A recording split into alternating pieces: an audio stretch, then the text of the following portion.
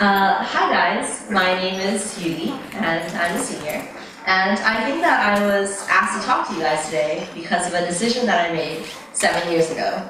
And this sounds like one of those really bad decision stories, but I think that it was a pretty good decision.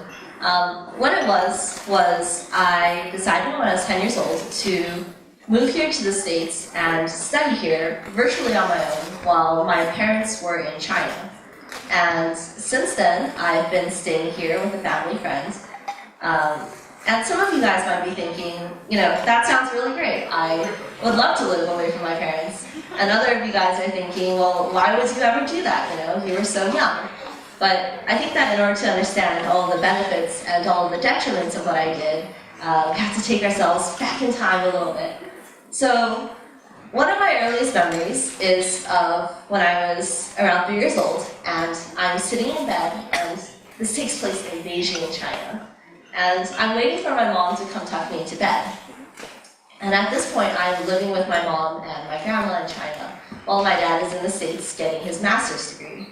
And everything's normal until my mom sits down, and she looks at me, and she says, I was thinking of moving to Canada, and I want to know how you feel about that. You can either come with me, or you can stay here and be with your grandma. And almost instantaneously, my response is that I don't know where Canada is, but I would love to go with you.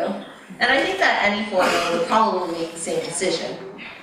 So, one of the most important decisions of my life was made entirely without background knowledge, but it played out okay. And when I was 4 years old, my mom and I packed up and we moved to Vancouver, Canada, and we lived there for 4 years. And there were two main changes that occurred when we moved to Canada. The first was that I had to learn how to speak and read and write English. And for some reason, that was really difficult for me.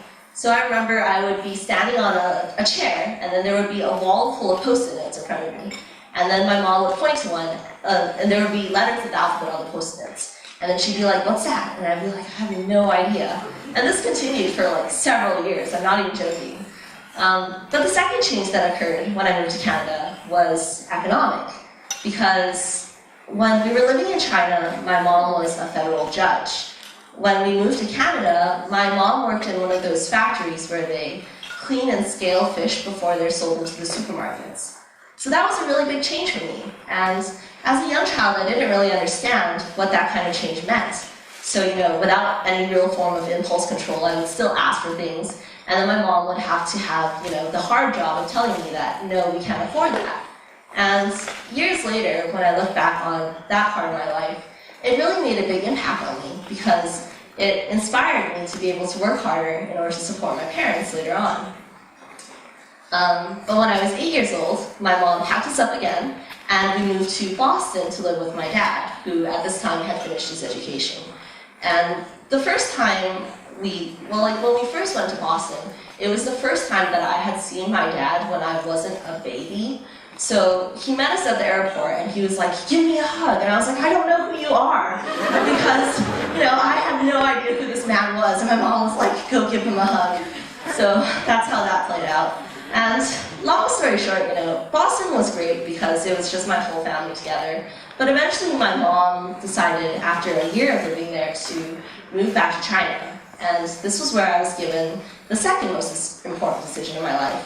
And my mom asked me whether or not I would want to go with her back to China, or whether I would want to stay in the States and be with my dad. And up until this point in my life, my mom had been really the only person who was involved in my life, because we lived in Canada for 4 years, and it was just the two of us. And we struggled so hard that my immediate response, again, was to go back to China with her. And this decision was made having the full knowledge that I couldn't read or write Chinese.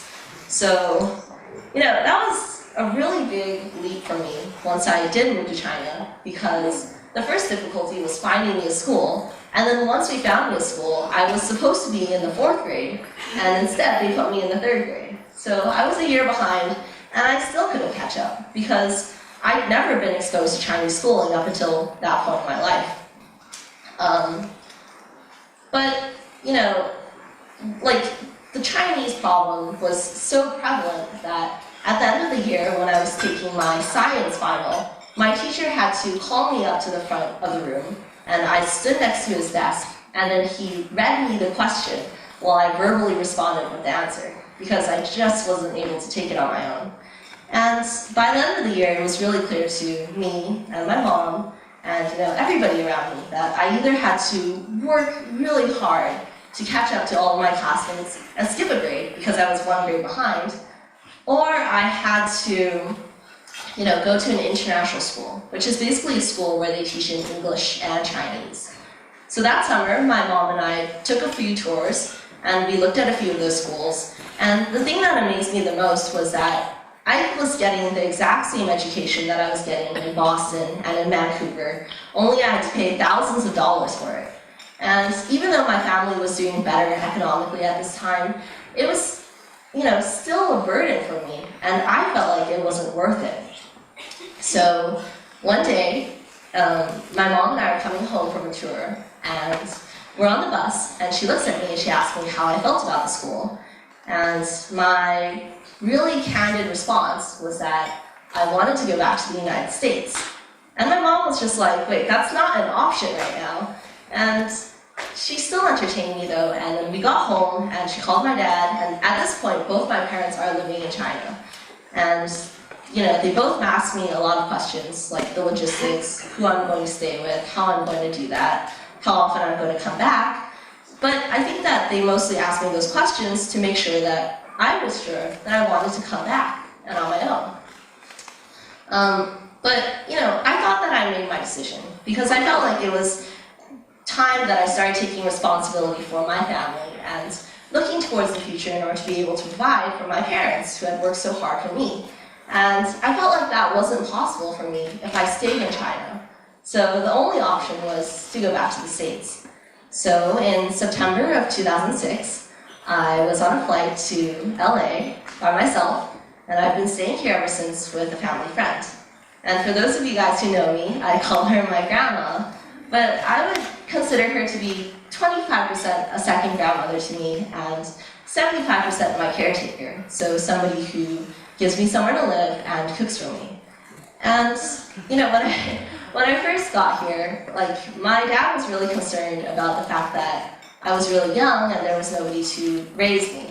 And what he meant by that was that there was nobody to teach me right from wrong and to keep me on the right track.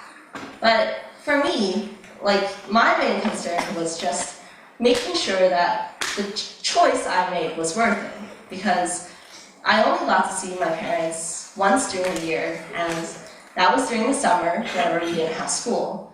And for the first 3 years I was here, I think that I called my mom every single night to talk to her.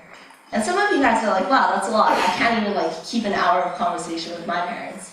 And sometimes when I'm living with them in China, it's the same way. But for me, when I first got here, it was really just about being with my parents and being able to stay close to them, even though I was thousands of miles away.